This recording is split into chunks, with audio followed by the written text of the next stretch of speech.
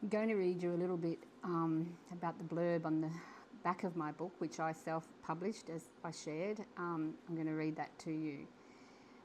Covering roughly the first 2 decades of my life, Places is a real-life story of lovelessness, depression, desperation and abuse, both physically and psychologically.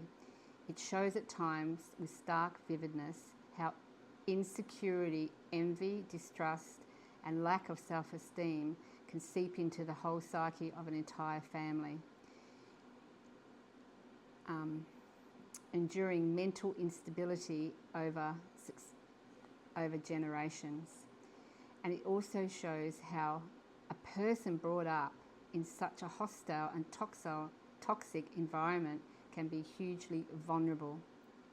And right there I'll say I was groomed. I was groomed for failure by my mother and father, groomed, especially by my mother.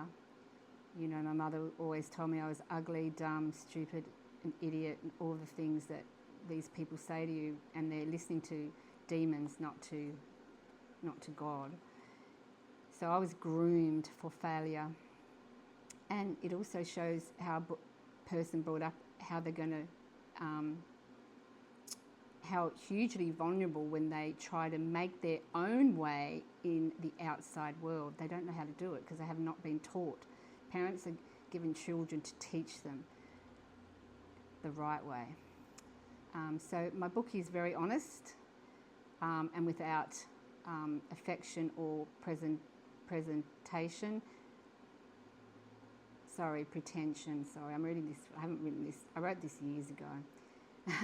Places is a tough story, often harrowing and at times confronting, but is always a story of hope and the will to survive. Despite the appalling things done to Debbie, the young Debbie, the first person narrative of Places, she never gives up hope. She never gives up on her hope and seldom wavers on her belief that the possibility of a better life might just be around the next corner. That was my quest in life. Looking for that next corner of happiness and, you know, dreams and love.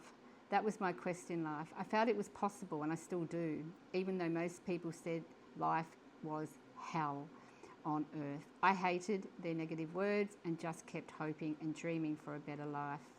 So I've never given up, and I will not give up, and I'm still dreaming to have those, you know, my dreams. I have so many dreams, and I want that for the people I'm speaking to, my